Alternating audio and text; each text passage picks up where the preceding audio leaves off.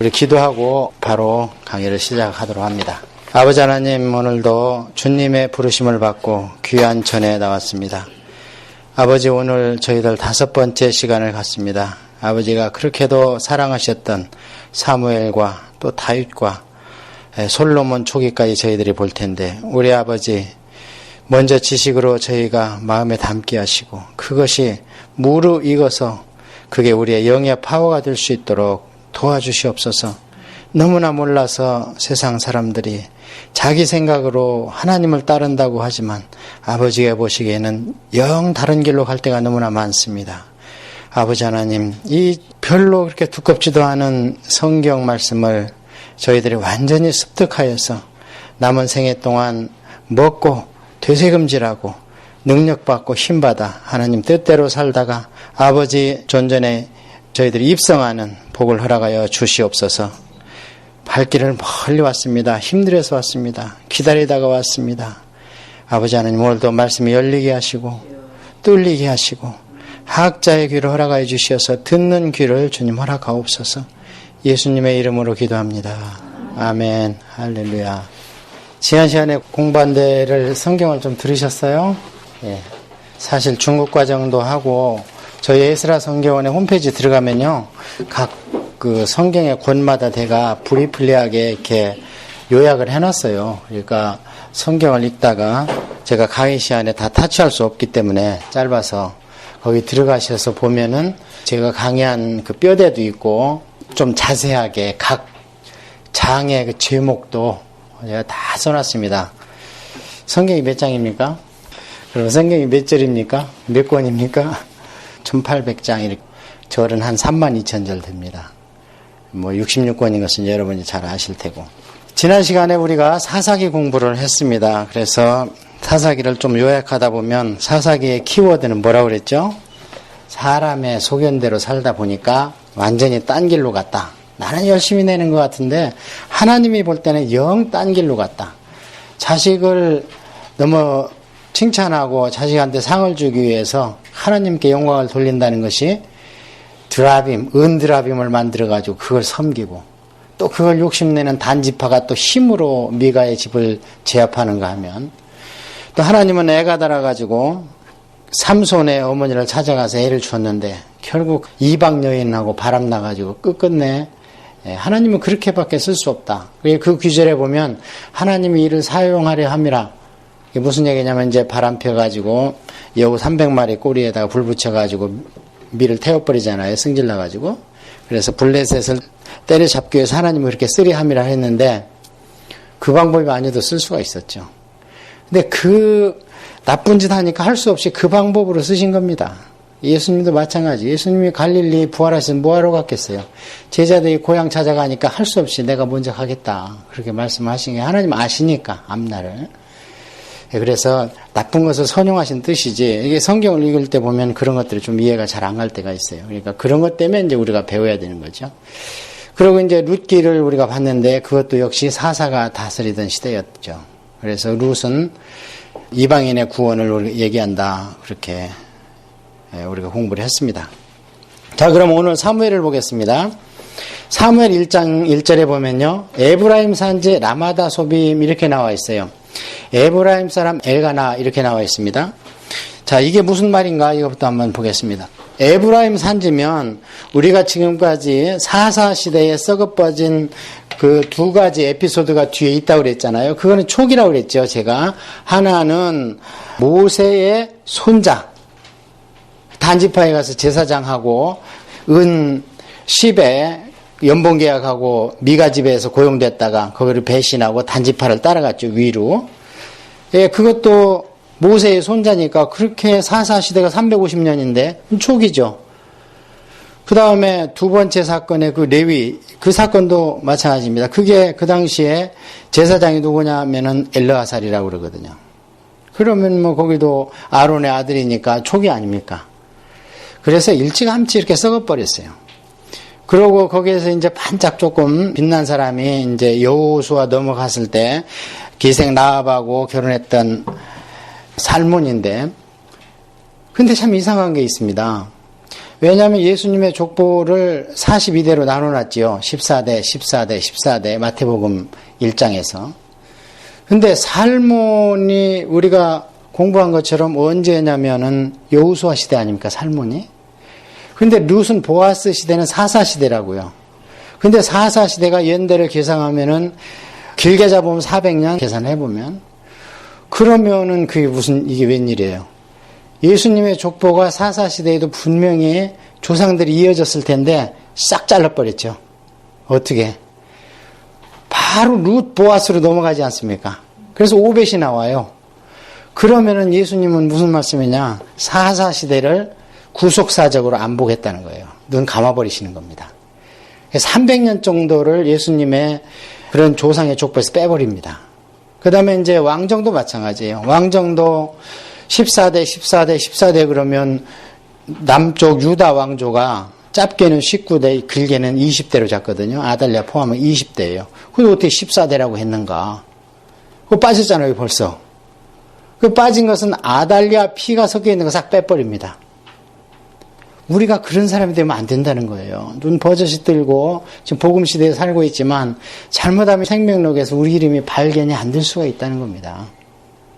그래서 그런 어두운 역사, 그래서 구약의 이 사사기를 영적인 암흑기다 이렇게 얘기를 하고, 신약시대 신구약 중간기 400년이 또 영적인 암흑기, 더 나쁘게 얘기하면 하나님의 침묵입니다. 그 다음에 또 교회 시대에 와가지고는 어때요? 중세 천년 영적 완전 암흑기였죠.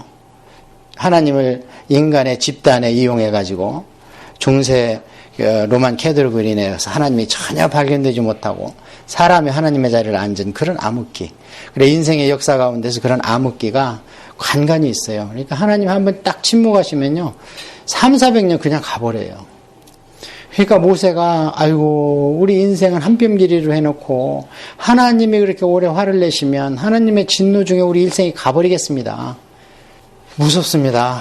저도 하나님 부름 받았을 때 바로 하나님 부름에 부합하지 못해가지고 하나님 한번 이놈하니까요 그냥 몇십 년이 가버려요. 그냥 좀 어렵습니다. 여러분도 마찬가지일 거예요. 그런데 오늘 서론을 이렇게 길게 하는 것은 다윗 말고는, 다윗도 가정사는 엉망이었지만 다윗 말고는 하나님 마음에 합한 왕이 하나도 없었습니다. 구속사에서도 그렇습니다. 그런 것을 우리가 먼저 알고 하나님 참 외로우시겠구나, 기뻐하는 자가 별로 없구나, 이런 것을 알고 우리가 장성한 자가 되려면은 아버지 마음을 헤아릴 줄 아는 그런 사람이 되는 그런 성경 공부 시간이 됐으면 좋겠습니다. 사무엘이 나오는데요. 전 시간에 말씀드린 것처럼 삼손을 그렇게 애달아 하는 데에다가 잉태를 시켰는데 하나님 입장에서는 실패했습니다. 그래서 하나님이 할 수 없이 이제 여기 에브라임 산지 라마다 소빔의 에브라임 사람 그랬는데 이것을 역대기하고 같이 읽어보면은 사무엘은 고앗 자손입니다. 그렇다면은 누구냐면 레위 지파죠. 그래서 레위 지파인데 사무엘의 어머니 한나 보면 완전 기도의 사람이죠. 무슨 일 있으면 기도합니다. 그래서 에브라임 산지나 베델이나 베들레헴 여기가 에브라임 지파 또는 유다 지파가 거주하고 있던 GTA나 경인 지역이라고 그랬잖아요. 한국으로 얘기하면. 근데 다 썩었는데 그 가운데서도 여기 반짝하는 한나와 같은 엘가나와 같은 집안이 있다는 겁니다. 우리가 오늘날 그런 자가 돼야 되는 거예요. 시세 따라가고 세상 따라가면 안 되는 거죠. Don't copy this generation 하잖아요. 이 세상 따라가지 마라. 그래서 예수님 오실 때도 그래요. 진짜 그 사내들인 공유회나 바리새인들 사두개인들 다 썩어버렸는데 기도하는 사람이 있었죠. 한나, 시몬. 이름도 없이 빛도 없이 그냥 하나님 성전에 가서 참 하나님의 계시가 그렇게 희미한 때인데도 시몬한테는 하나님 뭐라 그랬어요? 네가 메시아를 볼 것이다. 그러기 전에 너 안 죽어. 그래서 예수님 할례하러 오니까 그걸 딱 보고 나서는 시몬이 아이고 이제 종을 놓아주시는 거요. 이게 무슨 얘기냐면 중보 기도의 책무가 이제 해제됐다는 겁니다. 여러분 마음속에 어떤 부담이나 짐이 있으면 중보 기도에 무거운 하나님의 압박을 느끼셔야 된다고요. 압박을 느껴서 그 기도가 풀어질 때 그게 시몬이 한 얘기예요. 이제 종을 놓아주시는군요 하는. 그래서 이 사무엘 시대에 보면은요, 이 사무엘이 하나님께 기도하여 얻었다는 얘기예요. 좀 있으면 사울은 무슨 얘기인가? 환영받았다, 부르심을 받았다, 이런 얘기인데, 누구한테? 사람한테. 다윗은 하나님이 기뻐하는 자다, 이런 뜻이고, 그래서 선지서를 보면은 이제 공부할 텐데요, 선지자 이름을 알면 선지서에 요점이 다 나와 있어요. 오늘도 다른 날과 마찬가지로 이 사무엘서를 한번 또 열어보겠습니다. 사무엘서가 전개될 수밖에 없는 것은 사사기 350년이 썩었고, 또 길게 잡아서는 여호수아가 어떤 선지자 학교를 세우지도 않았고, 어떤 후계자를 세우지도 않았고, 그냥 말하면 되겠지 하고 자기 가정만 챙겼죠. 그래서 역대기에 보면 여호수아의 족보는요, 기록을 안 합니다. 역대기에서 1장에서 9장까지는 족보 아닙니까? 쭉 바벨론 포로로 잡혀갔을 때 우리 민족이 보통 세상 민족과는 틀리다, 이걸 에스라가 깨닫고 아담으로부터 계속 족보를 기록한 것이 1장에서 9장까지 역대기가. 이게 다시 보자는 거예요, 우리 민족을. 그때 여호수아 이후로요, 자기는 자식을 챙긴다고 했는데 전혀 기록이 안 돼 있습니다. 자, 그렇게 해서 350년이 아까 말씀드린 부속사에서 빠졌습니다. 예수님 족보에서도. 그러다가 마침내 사무엘과 같은 사람이 나왔는데, 사무엘이 어떻게 탄생을 했는가? 1장에 보니까요, 애타게 한 거예요. 애를 먹어, 한나가.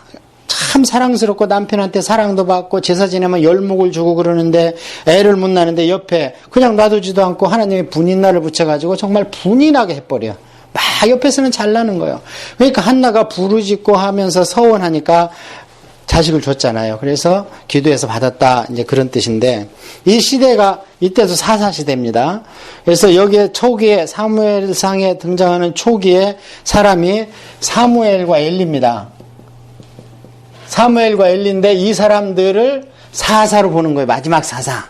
왜냐하면 이 뒤로 왕정으로 가기 때문에. 그래서 사사기하고 왕정시대는 공백이 없어요. 이 두 명을 포함했을 때 사사가 15명이 되는 겁니다. 자, 이때 엘리는 나중에 98살에 죽는데 상당히 비둔해요. 그리고 기회만 나면 의자에 앉아 있어. 그래서 엘리하고 비슷한 사람이 누구냐면 나중에 나오는 나발. 뚱뚱하고 비대하고 욕심꾸러기, 탐욕꾸러기, 똑같으면 인상이. 성경을 여러분이 계속 성경을 공부하고 듣고 읽다 보면요, 사람 이름에 딱 들어왔을 때 이미지가 그려집니다. 그렇죠? 이미지가 그려져요. 그래서 엘리하고 이 나발하고 겉모습이 똑같습니다. 그래서 엘리는 기도해야 될 사람이 기도를 안 하고 어느 정도 자리 잡고 자기 자식도 4명이나 나고 하니까 너무 태만에 빠진 거야. 이 만자 들린 게 문제거든요. 교만하고 태만하고 이런 만자들. 그래서 이 엘리 시대에 하나님의 이상이, 하나님이 계시를 안 하시던 때다, 이런 얘기가 있지요. 이럴 때 사무엘을 애타게 찾으시고 사무엘이 드디어 서원한 대로 엘리한테 갔다가 바쳐지게 됐습니다. 그러다가 한 12살쯤 됐을 때 드디어 12살은 이 유대민족의 성년식입니다. 12살이 돼야 이제 성인식으로, 지금도 그래요, 이들은. 그래서 성인식이 엄청 지금 유대 커뮤니티에서는 굉장합니다. 그날은 모든 사람이 전부 조연이요. 그날 성인식의 주인공이 그날에 완전 왕이 되는 겁니다. 그래서 엄청난 금빛 나는 의자에다가 그 사람을 앉히고 그 어른들이 회중에 커뮤니티에, 유대인 커뮤니티 어른들이 와서 내 의자 귀퉁이를 잡고 마치 법궤를 들었던 것처럼 막 돌리고 돌고 회중을 가면 박수치고, 그날 이후로 얘는 모든 것을 혼자 교육하고 혼자 예산해야 되고 인생의 플랜을 혼자 써야 되는 겁니다. 12살까지는 혹독하게 공부를 하고, 그래서 12살쯤 되니까 드디어 성전에 가서 이제 뭐 소제나 하고 그랬겠죠. 그런데 이 어린 사무엘은 성전에서 사는데 이 엘리는 어때요? 사태가 있죠. 그래서 하나님이 3번 부르죠. 사무엘아, 사무엘아, 사무엘아. 이렇게 불러서 엘리 집에 대해서 막을 내리겠다 하는 얘기를 합니다. 자, 엘리 집에서 막을 내리겠다고 하면서 그 증표로 이제 2 아들을 하나님이 데려가겠다, 그런 얘기가 앞부분에 나와 있어요. 이것이 1장에서 8장까지입니다. 그러니까 사무엘상 1장에서 앞부분은 무슨 얘기냐, 2 제사장을 보라는 거예요, 후대 사람들이. 자, 사무엘은 이렇게 됐다. 엘리는 이렇게. 너희를 어떡할래? 이렇게 해서 두 제사장을 대비해 놓은 것이 사무엘상 앞부분이 1장에서 8장까지. 그래서 사무엘의 잉태하는 과정, 그 다음에 사무엘의 교육받는 과정. 엄마한테 교육 안 받잖아요. 철 들자마자 바로 젖대자마자 갖다 주잖아요, 엘리한테. 근데 엘리가 인품이 나쁜 사람 아닙니다. 그 홈리와 비니아스 자식이 못돼 먹었지. 엘리는 너무 호인이야. 근데 약점은 뭐냐면 하나님을 두려워하지 않고 자식을 두려워하는 거예요. 자식을 나무래야죠. 그러니까 하나님은 그랬잖아요. 나보다 자식을 중히 여기니까 내가 그를 더 못 쓰겠다는 거예요. 그래서 이 문을 닫아버리겠다는 겁니다. 자, 이렇게 했을 때 이제 사무엘은 마지막 사사로서 사사는 3권을 다 가지고 있습니다. 재판도 하고 법도 집행하고 다 하고 있어요. 그런데 이때 왕을 달라 그러잖아요. 왜 왕을 달라 그러냐면 주변의 나라에 보니까 왕이 나와서 진두주의 하는데 일사불란하게 전쟁을 하는 거예요. 그러니까 우리한테도 왕을 달라는 거야. 세상을 좀 따라가자는 거야. 그래서 하나님이 사무엘아 들어줘라. 너를 버리는 게 아니고 나를 지금 버리고 있다. 그러나 제도는 확실히 알려줘라. 아들과 딸이 왕이 어떻게 부려먹을 것이고 데려가다 요리 만드는 자 할 것이고 너희들의 11조를 갈취할 거고 그게 이제 조세거든요. 그런 것들을 싹 공표를 해도 왕을 달라는 거예요. 그래서 왕을 주는 과정, 그 왕을 주는 과정이 사울 왕과 사무엘이 그 뒤에 나오죠. 사무엘과 사울이 이제 첫째 왕 사울이 나오는 겁니다. 그래서 그 다음에 이 사울왕에 대해서 기름을 부어서 세웠는데 처음에 사울이 굉장히 겸손하지요. 심지어는 사무엘이 데려다가 기름 부음을 해서 하나님이 너를 왕으로 쓰겠다. 그러니까 아이고 나는 뭐 베냐민 지파의 아주 작은 자인데 작은 자지요. 왜냐하면 우리가 사사기에서 봤잖아요. 다 죽고 600명밖에 안 남았기 때문에 어느 지파에 가도 대접을 못 받는 거예요. 그래서 사울이 참 머리 하나도 더 있고 키도 크고 잘생기고 그래서 사울을 왕으로 남아에서 기름을 부었고 이제 가라 하고 비밀로 했습니다. 왜냐하면 소문나면 안 되니까. 왕으로 세웠다고 소문나면 안 되잖아요. 그래서 이제 하인도 모르게 둘이 옥상에 가서 기름 붓고 이제 가라 해서 그날 증표를 다 보여주고 사울이 돌아갔어요.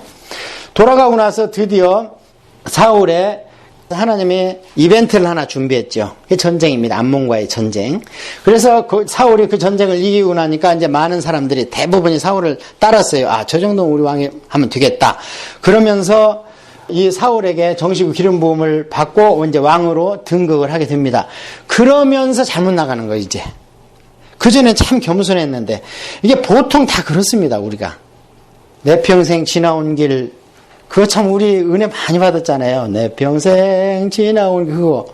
작사자가 누군지 아십니까? 작사 작곡을? 조영규 목사님하고 그 부인이 했습니다. 부인 사모님 제 성함 잘 모르겠어요. 요즘 조금 잘못 나간다는 소문이 많이 들리잖아요. 그래서 제가 나이 계산을 해봤더니 40대 초반에 그걸 작곡했더라고. 그럼 내 평생 아니지. 지금 80인데. 그래서 그게 지금 우리 찬송가에 들어가 있습니다. 재택이 돼가지고. 그것처럼 대부분은 하나님이 강하게 하고 풍부하게 하면은 교만해가지고 하나님 잃어버려요. 나중에 왕정시대에 가면 그게 확연하게 드러나고 성경에 아주 그렇게 기록이 되어 있어요. 하나님의 부강하게 하면 교만해졌더라. 이런 얘기가 확실히 들어가 있습니다. 자, 그렇게 해서 사울이 왕이 돼서 두 가지 잘못을 하죠. 첫째는 길갈에서 제사를 드려버립니다. 사무엘이 약속을 합니다. 내가 갈 때까지 제사를 드리지 마라. 근데 약속한 시간보다 3일 안 왔어요. 블레셋은 쳐들어옵니다. 그러면은 어떻게 해요? 내가 제사를 드리면 된다. 뭐가 잘못됐지요? 제사가 효과가 있는 게 아닙니다. 예배가 효과가 있는 게 아니에요. 육신의 포핀만 폈다고 구원받는 거 아닙니다. 할례만 받았다는 게 아니에요. 모든 게 이 안에서 일어나야 되는 거예요. 마음에서. 그러니까 사울은 거칠에 제사만 드리면 하나님이 함께 할 줄 알았어요. 그래서 그 잘못을 했는데 맨 처음에 원인 제공은 누가 했습니까? 사무엘이 했습니다. 그러면 사무엘한테 책임이 있느냐? 인간끼리는 사소한 조금 잘못이 허물이 있을 수 있어요. 그렇다고 하나님의 법을 침범하면 하나님이 용서 안 한다는 것을 보여주는 겁니다. 그러니까 내가 어디 가서 우리가 이렇게 해서 어느 책에서 이렇게 가르쳤는데 어느 목사님이 이렇게 말씀하시 나 그대로 했어. 근데 왜 결과가 이렇게 됐지? 누구 책임이라는 거예요? 내 책임이라는 겁니다. 나를 진정으로 인도할 수 있는 스승은 누구라 그래요? 예수님께서. 오직 성령님만이 너희 스승이고 오직 본받을 지도자는 예수 그리스도다. 아버지, 세상의 아버지는 그림자고 예표고 나중에 하나님 진짜 우리 아버지를 보여줄 수 있도록 미리 예시해진 거예요. 지나지 않는다. 그러니까 누구도 아버지를 하지 마라. 누구라? 아버지는 한 분이시니 하나님 아버지시다. 그렇게 해서 길갈에서 제사를 드려서 하나님의 1차 경고를 했습니다. 너 그러면 안 되지. 그렇게 했는데 두 번째 사건, 뭐냐? 아가광을 살려주죠. 왜냐하면 이 아가광이 아말렉 족속의 왕인데 아말렉은 그러니까 센 우리 하나님 백성을 괴롭히는 이스마엘의 핏줄입니다. 그래서 진짜 센 것은 이스마엘입니다. 이스마엘의 핏줄. 그래서 이스마엘이 아말렉이 있었는데 아말렉 사건이 하나님이 언제 아말렉 전직 죽여버려라 했냐면은 내 백성을 빼내와가지고 아직 언약도 호렙산에서 하기 전에 르비딤이라는 데를 지나올 때 물이 없어서 하나님께서 원망을 하니까 거기서 물을 줬어요. 근데 성지순례 가본 분은 알지만 르비딤은 골짜기입니다. 완전히 돈벨리처럼. 그래서 거기를 지나가면요 산 정상에서 다 보여요. 그러니까 거기를 통과할 수밖에 없습니다. 거기에서 아말렉이 딱 진을 쳐가지고 전면전도 안 했어. 앞에서. 뒤에서 처진 자, 병든 자, 노약자 거기서부터 치기 시작하는 거예요. 그래갖고 전쟁을 했을 때 이제 아론과 훌과 모세와 여호수아가 전쟁을 하잖아요. 그것 때문에 하나님이 한이 맺혔습니다. 아말렉에 대해서. 그래서 그때 그 전쟁 얘기를 여호수아 귀에 들려줘라. 그대로. 모세한테 신신당부를 합니다. 그러면서 아말렉을 진멸하라 했는데 이 뿌리가 남아있던 아말렉을 사울도 한번 기회를 줄 테니까 싹 없애버려. 근데 안 없애고 왕을 잡아왔어요. 왕을 잡아온 이유는 뭐라고 생각하십니까? 내 힘을 과시하는 거예요. 아말렉이 굉장히 셌거든요.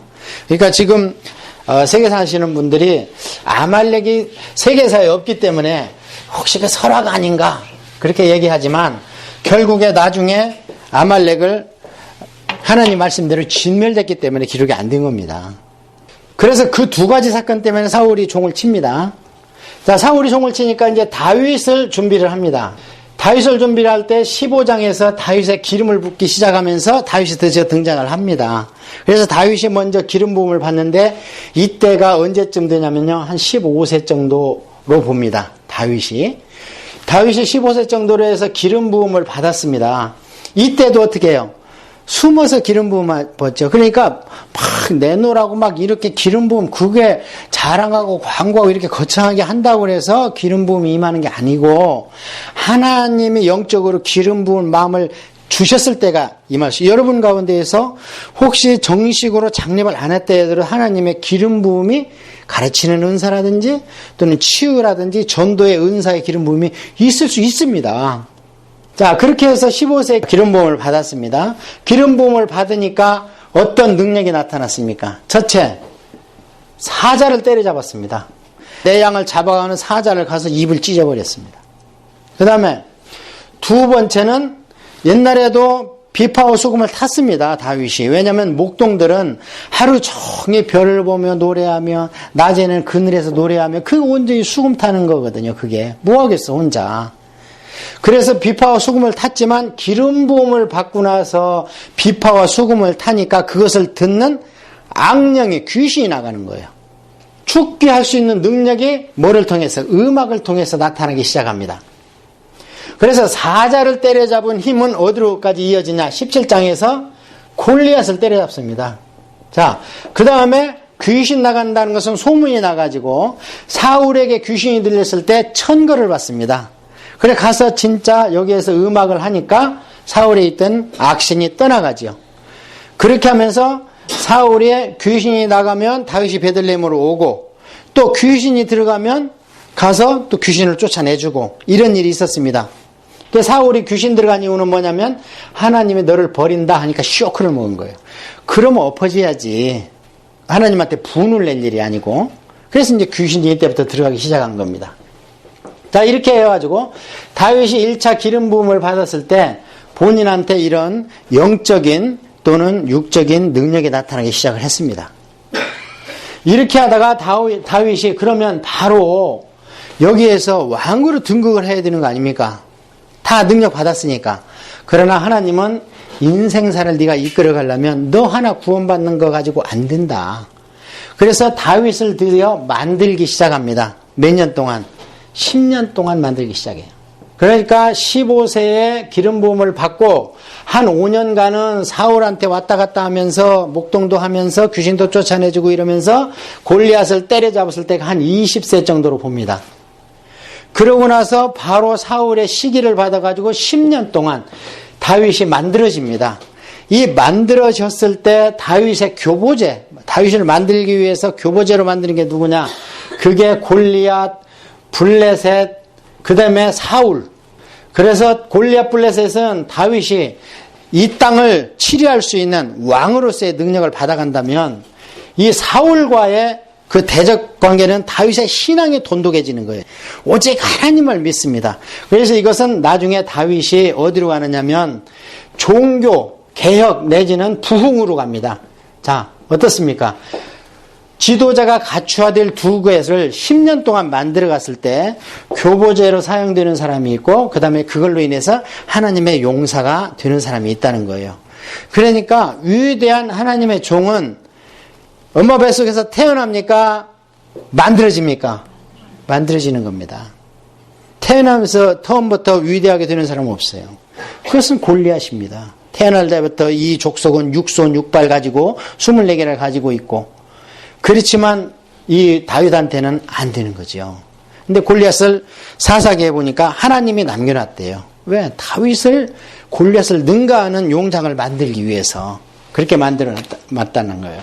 이것이 뭐냐? 이게 사무엘상입니다. 여기까지가. 이해했죠? 자, 사무엘상은 사사기가 마감하면서 너무 암울하는데 그 많은 타락 가운데에서도 기도하는 엄마가 있었다. 그런데 하나님이 조성하셨다. 애타게 환경을. 그래서 하나님이 허락하니까 드디어 서원대로 하나님한테 바쳤다. 그래서 훌륭한 가문에서 교육을 잘 받은 사람이 더군다나 또 엘리와 같이 산전수전 다 겪은 제사장 밑에서 너무 사랑을 받으면서 잘 커나갔다. 그게 사무엘입니다. 그렇게 하다가 이제 제사장까지 썩어버리니까 하나님이 기뻐하는 제사장을 만들었는데 그게 누구냐면 사무엘이다. 그러면서 이제 사무엘도 너무 청렴결박에 살다 보니까 상속 줄 게 없었나 봐, 자식들한테. 그래서 그 자식들이 돈 받고 재판을 하잖아요. 그랬는데 거기에 대해서는 어떻게 치리를 했다는 말이 없어요. 기도했겠죠, 사무엘이. 그러다 보니까 그 자식 가운데에서 누가 나오냐면 손자대에서 헤만이라는 사람이 나와요. 헤만이라는 사람은 누구냐? 다윗의 찬양대 3대 악장 중에 예단, 헤만, 아삽이 있는데 헤만이 누구냐면 사무엘의 손자입니다. 요엘과 아비야가 너무 돈 받고 재판해서 사람들이 아이고 다음 때에는 왕이 있는 게 좋겠다. 이렇게 세습적으로 하는 게 좋지 않겠다. 이렇게 했을 때 참고 기다려주니까 거기에서 헤만과 같은 사람이 나왔어요. 우리가 돌이켜보면 사무엘도 깼다가면 못 나올 뿐이었어요. 왜 그러냐면 사무엘의 족보가 위로 올라가면 그 할아버지가 누구냐면 고라입니다. 고라 생각나시죠? 고라, 다단, 온. 이것은 고라는 누구냐면 모세의 사촌입니다. 그러면 영적 지도자 욕심낼만 하죠. 그 다음에 다단과 온은 누구냐? 르우벤 지파의 족장입니다. 그럼 르우벤 지파는 장자죠. 그러니까 세상적으로 장자의 혈통을 가지고 있죠. 그러니까 둘이 짜고 엎어버리자는 거예요. 모세를 엎어버리자. 그게 그 사건이거든요. 이게 모세를 반역한 사건을 우리가 크게 둘로 나눴을 때 내부적으로는 혈연 관계에 있던 누나와 형이 반란을 했고 외부적으로는 종교적인 입지가 있는 고라 사촌이니까 거기도 레위 지파니까 그 다음에 육적인 장자권을 주장할 수 있는 르우벤 지파가 손을 잡고 족장이거든요. 힘을 합쳐가지고 달라들었는데 하나님이 아니면 못 이기죠. 거기를. 그런 가운데에서 고라의 자손이 아버지 편을 안 들고 누구 편을 들었어요? 모세 편을 들었어요. 그 모세 편을 들었다는 얘기는 누구 편을 들었다는 얘기예요? 하나님 편을 들었어요. 그러니까 나중에 그 핏줄에서 사무엘이 나왔습니다. 예. 그래서 그 레위기에서도 그렇게 얘기를 합니다. 죄는 그 사람한테만 징치해라. 연좌제 하지 마. 각자는 자기의 의로 살고 자기의 죄로 죽는다. 신명기에 2번 나오지 않습니까? 그러니까 그런가 하면 네 과거의 의나 과거의 죄에 매달리지 말아라. 이렇게 하면 사무엘의 줄거리는 대충 끝났고, 우리가 여기서 꼭 짚고 넘어갈 게 있어요. 제가 가끔 그런 얘기를 합니다. 여호와라는 명찰을 달고 있는 미신을 섬기지 않는가, 여러분이? 이게 무슨 얘기인가? 성경을 섭렵하고 되뇌이고 배우고 해가지고 내 안에 여호와 우리 하나님에 대해 상이 정립돼야 되는 건데, 이 안에서 그냥 몇 가지 아는 거 가지고 그만 고집하고 붙들고 늘어지면 내 안에서 하나님의 일부분만, 장님 코끼리 만지는 것처럼 그것만 고집하고 그것만 붙들고, 왜 하나님 여기 이렇게 안 해줍니까? 이렇게 얘기할 수 있다는 거예요. 자, 우리가 부모님을 이 땅에서 모시고 봤을 때 부모님이 웃으실 때도 있고 꾸중할 때도 있잖아요.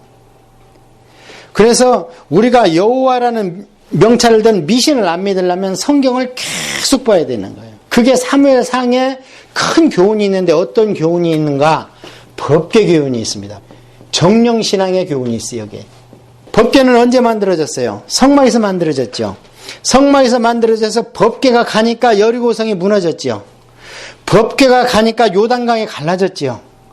법궤가 가니까 여호수아가 3번 중부, 남부, 북부 전투 다 이겼죠. 왜냐하면 이 당시에 전쟁은 어떤 식으로 했냐면 신들의 전쟁입니다. 그걸 성경에서도 여러 번 나오고 세계사에서도 여러 군데 나와요. 신들의 전쟁이기 때문에 전쟁의 종지부는 뭐냐? 그 나라에서 섬기는 신전을 때려부셔가지고 거기에서 나오는 걸로 뗄감을 해서 그 신을 태워버리는 거예요. 그런 거 많이 나오잖아. 기드온도 야 때려 부시고 그걸 불질러버려. 그런 거 많이 나오고, 또 하나님의 법궤도 소가 끌고 온 수레를 해가지고 소를 번제로 태워버리고 이런 거 많이 나오죠. 그리고 어디에 보면은 나중에 왕정시대 보면 저 신이 진짜 이기는가 보다고 아하스 같은 왕은 그 신전을 본떠가지고 여기다 만들어 놓고 이런 일 하잖아요. 그게 신들의 전쟁이에요. 이게 중세까지였어요. 중세까지는 모든 것이 다 신중심이었잖아요. 인본주의가 나오기 전까지는, 이성주의가 나오고 이러기 전까지는. 그래서 이 전쟁의 신들의 전쟁이니까 하나님의 법궤도 계속 전쟁터로 갑니다. 그래서 전쟁 끝나면 다시 모셔다가 성막이나 성전에다 놔요. 언제까지 그러냐면 요시야 왕 때까지 그래요. 요시야 왕이 종교개혁을 하면서 뭐라 그러냐면 더 이상 법궤를 모시고 전쟁에 가지 마라. 성전에다만 안치를 해놔라. 왜 그러냐면 이 블레셋 법궤 사건 이후로는 하나님의 법궤가 가도 전쟁을 못 이깁니다. 왜? 법궤의 사명이 끝났기 때문에 그래요. 법궤의 사명은 뭐였냐면 이 법궤 위에서 하나님의 음성이 무엇을 줬습니까? 모세와 만나가지고 법궤 더하기 모세를 해가지고 음성으로 뭐를 줬어요? 율법을 줬잖아요. 성문서를 줬어요. 그러니까 이 율법이 무서운 것은 뭐냐면요, 하나님도 못 고칩니다. 아예 고칠 것 같으면 하나님이 주시지 않죠. 완전한 분이 왜 고칠 법령을 주시겠어요. 그래서 이 성경이 무서운 거고, 하나님한테 우리가 성경을 가지고 제시할 수 있는 거, 하나님 이러지 않습니까? 성경에. 그래서 이 법궤의 가장 큰 목적은 뭐였냐면 모세와 만나가지고 영원히 대대로 하나님을 나타낼 수 있는, 하나님의 프로필을 할 수 있는 율법과 성경을 주기 위해서 법궤가 있었다는 거예요. 그런데 이것이 이제 여호수아까지 와가지고 나라의 3요소가 딱 안정이 돼가지고 가나안에 들어가니까 이것을 여호수아서를 잘 보면 끝에 하나님이 이제는 안식을 주었다 그럽니다. 여호수아서에. 그 뭐냐면 가나안 땅에 들어왔다. 국가도 형성이 됐다. 이제는 여기에서 나머지 단련된 가나안 7족속만 쫓아내면 된다. 이렇게 얘기를 합니다. 그래서 하나님은 이렇게 해서 될 줄 알았던 거죠. 그런데 히브리서에 보니까 이것이 불완전해서 나중에 다윗을 통해서 또 다른 안식을 약속했다. 그렇게 얘기하잖아요. 그러니까 이때까지만 단면적으로 봤을 때는 하나님의 가슴이 뛰었습니다. 이제는 됐겠지. 이제는 가나안 땅에서 제사장 권세 있는 나라로 살겠지. 이렇게 했는데 이제 안 됐다는 거지. 우리가 역사를 뒤돌아봤을 때 이 시점에서. 자, 그래서 법궤가 가나안 땅에 들어갔을 때까지는 능력을 발휘하고 요단강을 가르고 전투에서 다 이기게 했습니다. 거기까지는 하나님의 나라가 이루어지는 과정에서는 법궤가 하나님이시니까. 그래가지고 엘리 재상 때는 어느 정도 안정이 되고 나라를 차지하고도 벌써 한 300년이 지나간 때니까 그때는 어떻게 됐냐면 법궤를 가지고 나가면 이길 줄 알았는데 블레셋이 쳐들어오니까 법궤를 갖고 나가니까 어떻게 됐어요? 오히려 뺏기고 더 많이 죽었어요. 왜냐하면 법궤를 소문을 딱 듣고 블레셋 사람들이 야 큰일 났다. 이게 무슨 함성이냐 이스라엘 진영에서 나는데 그러니까 그 신이 들어왔다 그 진영에. 그러니까 블레셋이 이제 2판 4판이다. 우리는 어차피 죽었다. 들리는 소문으로는 그 신을 대항할 자가 없다고 하더라. 그래가지고 2판 4판 싸워갖고 오히려 적군이 더 힘을 발휘해가지고요 이스라엘 백성 더 죽여버렸어요. 그 다음에 홈리와 비느하스도 이따 한날에 죽고 법궤를 뺏겼다는 소식을 듣고 엘리도 기도 안 하고 의자에 앉아있다가 의자 채취로 놨다가 목이 부러져가지고 죽었잖아요. 재앙이 막 임한 거예요. 자, 웬일입니까 이게. 법궤가 갔는데 왜 졌냐 이 말이에요. 이러고 나서 법궤가 블레셋 5개 지방을 다니면서 하나님 혼자 다 때려부시기 시작하시는 거예요. 다곤 신장에 갖다 놓으니까 어때요? 넘어졌어. 우연이겠지. 다시 세워가지고 그 다음에 보니까 목이 부러져 버렸어. 이것도 우연이겠지. 그러니까 하나님이 그때부터는 너희들 우상으로 표하는 재앙들이 있잖아요. 재앙들을 차곡차곡 내리기 시작하니까 기부업하고 그래서 나중에 전나는 암소. 어떻습니까? 동물의 모성애가 정말 무서운 게 모성애잖아요. 새끼 보호 본능. 근데 새끼는 뒤에서 음매음매 하는데 전나는 암소가 지발로 가는 거예요. 그냥 베세메스로. 유대인 땅으로 이스라엘 땅으로 가는 거예요. 그래서 그걸 패서 해갖고 법궤가 능력이 아직도 있구나. 그것을 또 이스라엘 백성이 법궤가 왜 여기 있어? 성막도 아니고 여기 있어 열어봤다고 어떻게 해요? 5만 70명이 죽었다 그러잖아요. 한 70명 죽은 것 같아요. 5만은 좀 오기 같아요. 왜냐면 5만 정도 사는 도시가 소도시니까 다들 그렇게 봐요. 자, 그렇게 해서 법궤를 빼앗겼지만 법궤 당시는 계속 능력이 있다는 거예요. 그러니까 이 얘기는 무슨 얘기냐면 구약은 신약을 주기 위해서 있고 6월절 어린 양의 죽임은 예수 그리스도의 볼고다 십자가를 옆에서 있지만 그 자체적으로는 100% 하나님의 예표나 하나님의 구속이 그 자체적으로 나타난다는 거예요. 그 시대에 단면적으로 잘라서 봤을 때. 오늘날은 모든 게 다 완성됐지만 그 당시에 봤을 때. 그래서 이 법궤가 어떻게 되느냐면요.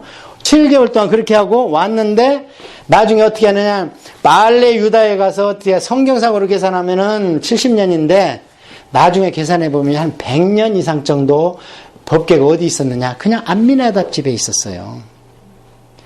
사무엘을 안 찾잖아요. 이상하죠? 그 위대한 하나님의 종이 왜 법궤를 안 찾습니까?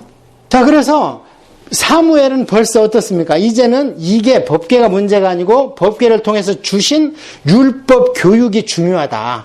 이걸 깨달았습니다. 그래서 사무엘이 한 게 뭐예요? 4개 도시에다가 신학교를 세웠죠. 그래서 이제 성경에 보면은 선지자들의 수령이다 이런 말. 수령이 좋은 뜻인데 저 북쪽에 있는 애들이 갖다 써가지고 참 이미지가 안 좋죠. 그리고 태양도 사실은 우리 예수님이죠. 성경에는. 그래 이제 선이라고 그랬는데 선이라고 쓰면 뭘 할까봐 그냥 가운데 짠 살짝 바꿔가지고 이렇게 하자. 태양 없어 아무도 못 살잖아. 그래서 선인데 그것도 북쪽 애들이 갖다 써버리고. 그래서 그러면은 선이라고 하지 말고 광명성 별이라고 하자. 그랬더니 사탄이 갖다 써먹더니 또 북쪽에서 또 갖다 써버리더라고. 다음에 이제 북쪽에서 지금은 또 이제 성령님을 어떻게 또 묘사할 것 같아, 가짜로. 다 써먹었어, 지금 북쪽에서. 자, 그래서 법궤가 이 뒤로 그렇게 성막에 떨어져 있었어요. 그래서 이 법궤만 가져가면 이길 수 있다. 그게 뭐냐면은 정령신앙이라는 거예요. 그게 아니라는 거예요. 법궤에 주신 의미를 우리가 알아야 되고 하나님은 항상 우리 마음을 보신다 그러잖아요. 이제 무슨 얘기인지 아시겠습니까? 하나님이라는 이름표를 쓰고 있는 이단들이 얼마나 많아요. 뭐 믿냐 그러면 하나님 믿는다 그러죠. 그 사람들은 심지어는 신천지도 나 이만희 믿어 이래 안 하죠. 내용으로 들어가면 그를 믿고 있지만 교육이나 입으로는 그렇게 고백 안 하죠. 누구 믿냐 그러면 예수님 믿는다. 그런데 예수님을 우리 이만희 선생님한테만 마지막 때 계시를 했다는 거예요. 그래서 마가의 다락방에는 영의 성령님이 오셨다면은 이만희 씨한테는 육의 성령이 임했다는 거 아니에요. 육의 성령이 어쩐 병원에 가서 그렇게 살아. 그래서 여기서 잠깐만 여러분이 성경을 통독하는 데 도움을 드리기 위해서, 자, 법궤가 성막 안에 있었죠. 이게 일치됐어야 되죠. 하나님이니까. 그런데 이게 성막과 법궤가 같이 온 게 어디까지예요? 성경에. 여호수아 시대까지죠. 그러니까 여호수아가 길갈에서 유월절 드리고 전투 준비를 하고 여기서 여리고성을 물리치고 여기를 베이스 캠프를 해서 땅도 1차로 분배했다. 우리가 그렇게 공부를 했잖아요. 그리고 땅을 2차로 지도를 놓고 분배했을 때는 어디에서 했냐면은 실로라는 데서 했습니다. 실로. 그래서 성경에는 실로가 두 가지로 쓰인다 그랬죠. 영적으로는 예수님. 그 다음에 지리적으로는 실제로 거기에 수도였습니다. 실로가. 여호수아 시대에. 우리가 그러잖아요. 서울 그러면은 대한민국의 서울이 있지만 야 미국의 서울이 어디야? 그러면 다 그냥 워싱턴 이러죠.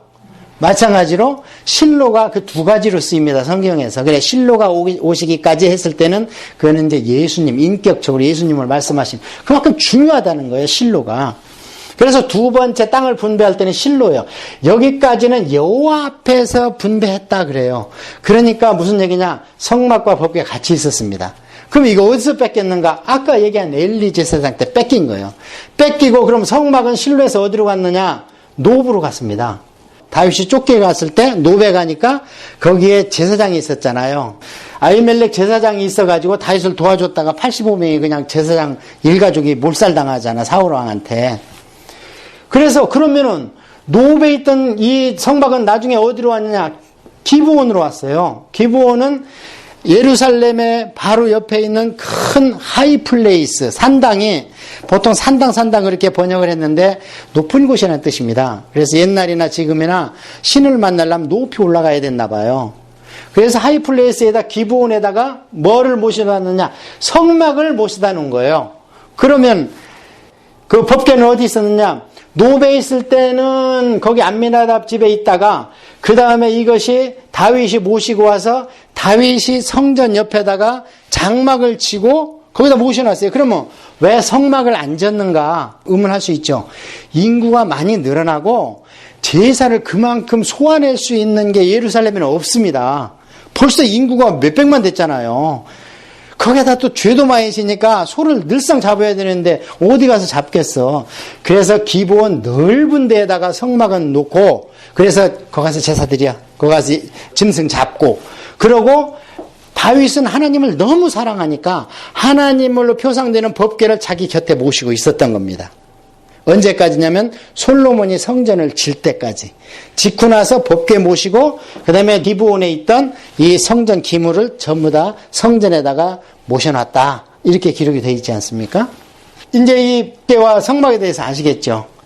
이렇게 되다 보니까 나중에 예레미야 시대에 가서는 예레미야 시대가 아까 얘기한 요시야 왕 초기부터 예레미야가 활동을 했는데 예레미야 3장에 보면은요. 이제 니들 망했다. 그런데 망해도 하나님은 70년 후에 다시 회복해 주실 거야. 기회를 한 번 더 주실 거야. 그러나 그때가 되면 너희들이 법궤를 만들지도 않고 찾지도 않을 것이다. 무슨 얘기예요 이게? 예레미야가 그래요 3장에서. 그건 뭐냐? 법궤의 시대가 이제는 어디로 가느냐? 너희들이 돌아올 때는 성경 시대로 간다는 겁니다. 법궤가 하나님을 표시했다면 성경은 지금 누구를 표시하고 있는 겁니까? 하나님이잖아요. 성경에 다 하나님을 프로필하고 있잖아요. 그러니까 저에 대해서 기록하려면 키는 얼마, 눈썹은 뭐 시커멓고 머리카락도 시커멓고 막 이렇게 나와야 자세하면 자세할수록 저에 대해서 여러분 머릿속에 상상할 수 있잖아요.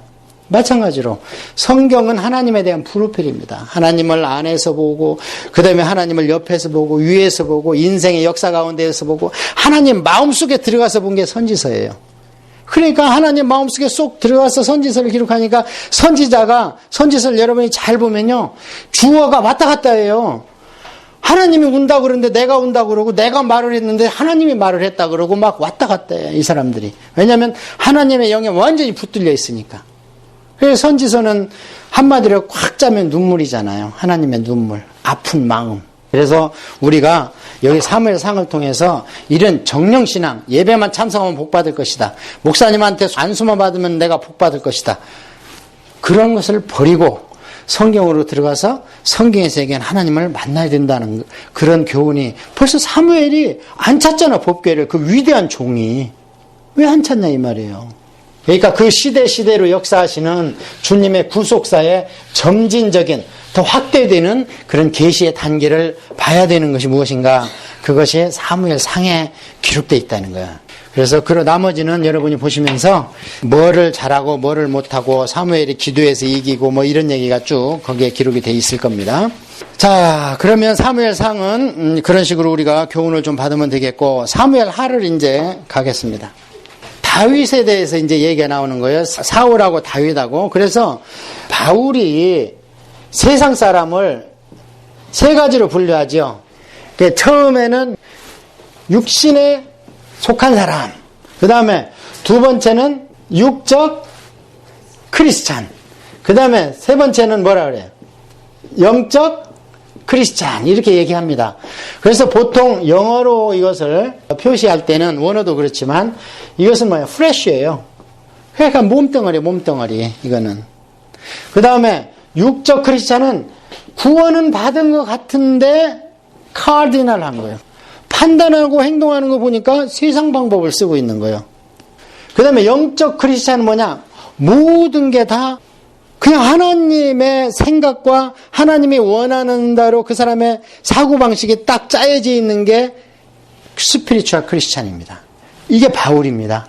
그래서 우리의 목표는, 우리는 프레쉬에서 이미 지나갔어요. 이제는 카디널한 이 월들리한 크리스찬이 됐어요. 그러니까 여기 가지고 안 되는 거예요. 여기 가서 안 되고 우리는 스피리추얼 존재로, 비잉으로 가야 되는데, 이게 이 상태로 가면 어떻게 되느냐? 내 말이 곧 주님 말이 되는 거예요.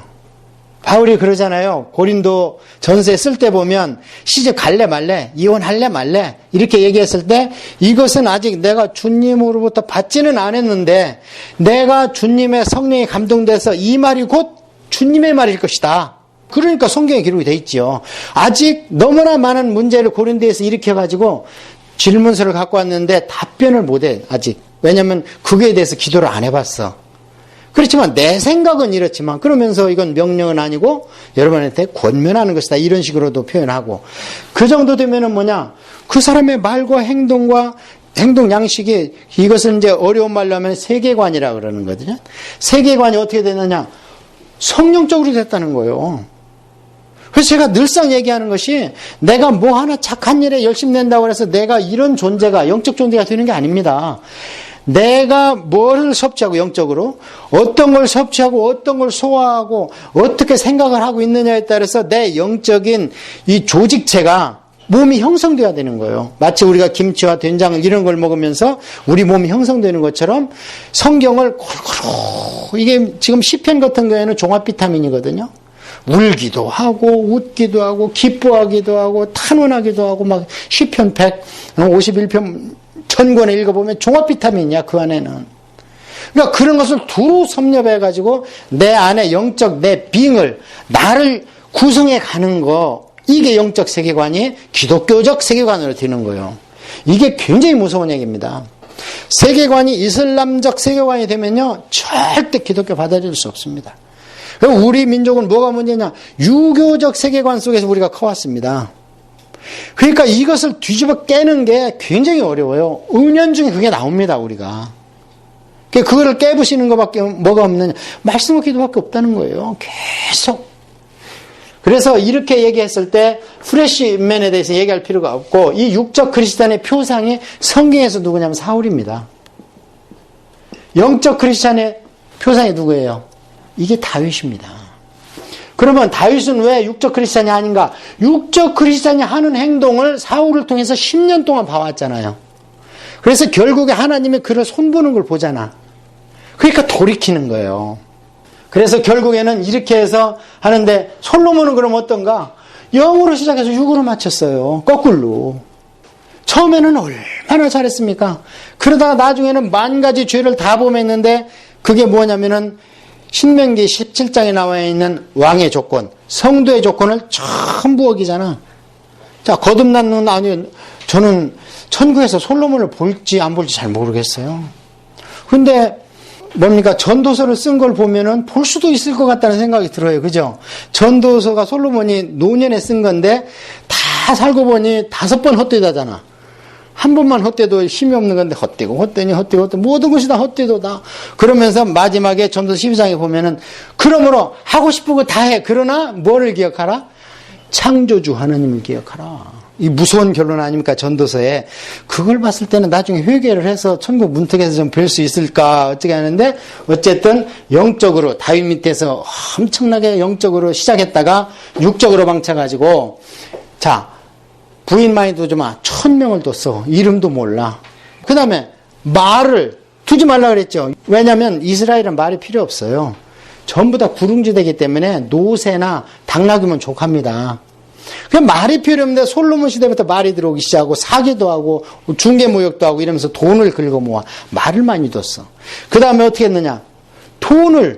자기로서 돈을 많이 뒀어. 왜냐? 궁전이네 매개 살리려니까요. 그 하루 식량을 한번 보십시오. 도대체가 궁전에 5,000명 내지 10,000명이 있었다고 봅니다. 그 하루 식량으로 계산해 보니까 오늘날 사람들이 그 정도로 내 호위무사가 있어야지 든든한 거야. 자, 그러니 하나님이 이제는 솔로몬의 면전에 없잖아요. 신명기 17장의 성도의 조건을 다 위배하는 게 솔로몬이에요. 이런 식으로 가면 안 된다는 거예요, 우리도. 이렇게 해서 이것은 서론이고, 그러면 어떻게 다윗이 영적 크리스찬이 됐는가? 그것이 사무엘이 합니다. 그래서 다윗을 볼 때 우리는 위대한 성군, 이거 볼 수 있죠. 위대한 성군이죠. 그러나 다윗에 또 2가지 소명이 있었습니다. 제가 첫 시간에 말씀드렸잖아요. 우리한테 콜링이 있을 때 어떤 콜링이 있다고 그랬어요. 세상적인 육신적인 콜링이 있는가 하면 영적인 콜링이 있었다고 그랬잖아요. 그래서 저는 세탁소 하고 있습니다. 때들이 안 나가면 물로 빨아. 안 나가면 그냥 스팀 뜨거운 걸로 안 되면 어떻게 태워버려야지. 성경도 그렇게 하고 있잖아요. 똑같습니다. 세상살이하고 영적인 세계하고. 그래서 저는 감사하게도 똑같이 클리닝이에요. 지금 여러분 영을 제가 클리닝하고 있잖아요. 성령이라는 용매를 써서 하나씩 뺏겨주지 않습니까? 다윗도 2가지로 보라는 거예요. 그럼 뭘로 봐야 되느냐? 하나는 육적인 지위에 있는 다윗을 봐야 되고, 하나는 영적 지위를 봐야 되는 거예요. 영적인 지위를. 이 육적인 지위를 봤을 때 다윗이 무슨 얘기를 하냐면은 한편으로는 왕인가 하면은 한편으로는 누구예요? 가장이죠. 가장이고 한 명의 사내입니다. 다윗도. 그리고 영적으로는 왕도 물론 영적인 신정국가이기 때문에 백성도 다스려야 되지만 신정국이기 때문에 하나님을 왕으로 모시는 그런 하나님의 대리자 왕으로는 영적 위치도 있는 거예요. 다윗이. 자, 이런 것을 우리가 봤을 때 하나님의 영적 지위 왕으로서는 다윗이 승승장구합니다. 사무엘에 들어가면 등극하고 나서부터는 기름 부음을 계속 2번 받죠. 3장에서 받고 5장에서 받고. 기름 부음 1차는 어디서 받았어요? 베들레헴 들판에서 받았죠. 양치다가 그냥 언능벽결에 제사장들 가갖고 기름 부음을 받았고, 2번째는 이제 헤브론에서 유다 왕으로 2지파 베냐민 지파하고 데리고 기름 부음을 3장에서 받았고, 그렇게 하고 7년 반 동안 또 있어요. 그 헤브론에서. 왜냐하면 사울 족속이 거기에서 전투에서 아벡 전투에서 사울이 죽었지만 금방 100개 안 듭니다. 또 거기에서 왕정을 세우고 하면서 계속 베냐민 지파가 다윗한테 안압하려고 한 7년 걸려. 그러니까 할 수 없이 헤브론에서 7년 동안 왕노릇 하다가 나중에 예루살렘으로 올라가잖아요. 그래서 거기서 33년 왕을 해서 도합 40년 왕을 하는 거잖아요. 5장에 가면 드디어 온 이스라엘의 왕이 되는데, 자, 이것은 하나님의 육적인과 동시에 영적인 콜링이에요. 왜냐하면 거기는 신정국가이기 때문에 진정한 왕은 하나님이잖아요. 그래서 이것이 어디까지 가느냐? 10장까지 갑니다. 10장까지 가고 나서 11장에서 드디어 무슨 사건이 터져요? 밧세바 사건이 터지는 거예요. 자, 밧세바 사건은 하나님의 영적 지위에서 일어난 사건입니까? 다윗 개인의 한 남자로서 일어난 사건입니까? 한 남자로서 정욕을 이기지 못해서 일어난 사건이죠. 그러니까 하나님이 이건 개인적으로 치리를 하는 겁니다. 그래서 이때부터는, 이 11장부터는 그 뒤에 에피소드 인구조사라든지 찬양이라든지 이런 거 나오기 전까지는 연대기인데, 그러니까 20장입니다. 20장까지는 무슨 얘기냐면요. 다윗의 개인적인 얘기. 가정사에서 왕으로서 본을 못 보이고 가정에서 한 남자의 정욕을 그것을 컨트롤하지 못해가지고 일어났을 때 하나님은 그걸 눈 감아주지 아니하시고 다 치리하시는 거예요. 더 엄하게. 다 왕이니까. 그렇게 치리를 하신 얘기가 장황하게 가지요. 그게 어디가 우리의 사건으로 시작해가지고 그 다음에 요압한테 약점 잡히는 사건, 그 다음에 자기 아들 압살롬의 반역 사건, 이런 사건으로 쭉 연결이 되면서 20장까지 갑니다. 왜 이렇게 제가 분류를 하냐면 다윗을 제대로 알으려면 여기와 역대기 상을 봐야 되는 거예요. 역대기 상이 1장에서 9장까지는 족보고 나머지는 전부 다윗 얘기거든요. 그래서 역대기 상에서는 이 뒤 개인적인 얘기는 싹 뺐습니다. 그것은 영적 지위에서 일어난 일이 아니고 지금 민족 단위로 잘해보자고 했을 때 다윗의 개인 가정사를 읽을 책도 많은데 그걸 거기다 넣을 필요가 없다 해가지고 이 더러운 얘기는 싹 뺐습니다. 역대기 상에서는. 이렇게 분리하는 이유를 아시겠지요? 이것을 보면은 사무엘 상하가 열리고 그 다음에 역대기 상이 우리가 볼 수 있는 눈이 열리는 거예요. 자, 사무엘 하를 정리하겠습니다. 사무엘 하 맨 처음에 들어가면은 다윗이 왕이 되는 얘기가 나와 있죠. 1장에서 10장까지는 왕으로서 다윗. 그 다음에 11장으로서 20장까지는 실수는 했지만 인간으로서 다윗이 나오고 그 다음에 20장에서 22장, 24장까지 있죠. 여기는 우리가 성경의 기록의 방법을 잘 알아야 돼요. 에피소드입니다. 여기는. 다윗이 통치하는 기간에서 최소한 이것은 기억하라 하면서 여기에다 기록해 놓은 거예요. 우리가 사사기에도 그랬죠. 연대기로 쭉 나가서 블레셋까지 17장 끝나고 나서 이것은 그래도 사사기에서 우리가 꼭 기억해야 된다면서 두 가지를 넣어놨다 그랬잖아요. 나중에 요한계시록도 마찬가지예요. 쭉 기록을 하다가 하나님이 7번째 나팔을 불면서 확 멸망시키려고 할 때 너무 가슴이 타는 거야. 내가 만든 내 자식들인데 하면서 요한계시록도 12장에서 14장까지는 그 안에 에피소드로 들어가 있는 거예요. 그 다음에 에스겔도 마찬가지예요. 에스겔도 쭉 하나님의 심판을, 유다민족에 대한 심판을 얘기하다가 가슴이 저린 거예요. 그래가지고 16장 같은 데 보면은 저거 떡이 때 길거리에 버려진 것을 피도 안 닦아주는 것을 내가 데려다가 피 닦아서 옷 입히고 신부 만들으니까 내가 저를 접해보기도 전에 지가 나가서 바람 피웠다. 그런 애가 어떻게 처단할 수 없느냐 그러면서 첫사랑에 대한 광야에서 얼마나 고생하면서 하나님도 거기서 정이 들었거든요. 고생을 막 유대 그 이스라엘 민족을 굴리면서 그것을 보고 있는 아버지 마음이 정이 안 들었겠습니까? 미운 점 고운 점 다 들은 거예요. 그것을 회상한 게 에스겔서 16장이에요. 다 그 정이 들었다. 그거하고 같이 연결해서 읽을 수 있는 게 호세아서거든요. 호세아서가 그 얘기거든. 내가 첫사랑. 저것들이 왜 왕을 달라고 그랬어? 그때부터. 그때 그래 왕 줘봤더니 잘한다. 그게 호세아서에 있어요. 벌써 몇백 년 뒤에 하나님이 이때 사건을 사무엘 때 왕 달라는 사건을 가슴에 담고 있다가 그때 가서 회상시키는 거예요. 그래, 니들한테 달라던 왕 지금 어디 갔냐? 다 잡혀가서 죽지 않냐? 나를 그래 버리지 말았어야지 하면서 첫사랑을 회상하는 거. 그런 것들이 유대인의 기록 방법인 동시에 성경의 기록 방법이에요. 그런 것들을 알아야 쭉 읽어나가면서 이상하다 하는 게 탁탁 나와요. 그러면은 그런 것은 이제 삽경이다. 삽입된 경전이다. 이렇게 우리가 보면 됩니다. 이렇게 하면은 1장에서 10장까지, 그 다음에 20장까지, 그 다음에 삽경 3가지, 이렇게 우리가 기억할 수 있고요.